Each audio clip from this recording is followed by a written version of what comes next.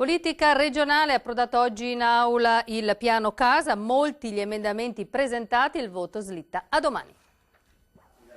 Tanti emendamenti ancora da votare in Consiglio regionale sul nuovo piano casa che dopo l'approvazione in Commissione approda al dibattito in aula. Deve essere approvato entro fine mese, in quanto scade il precedente.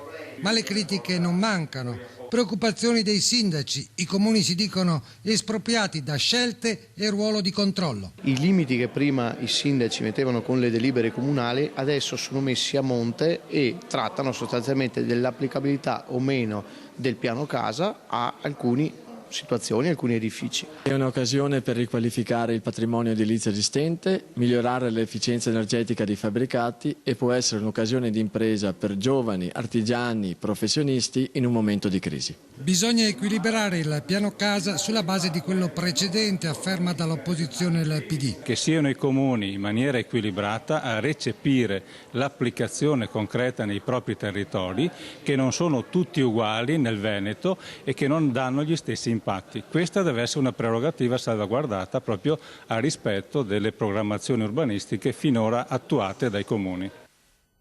È stato riaperto stamattina, anche se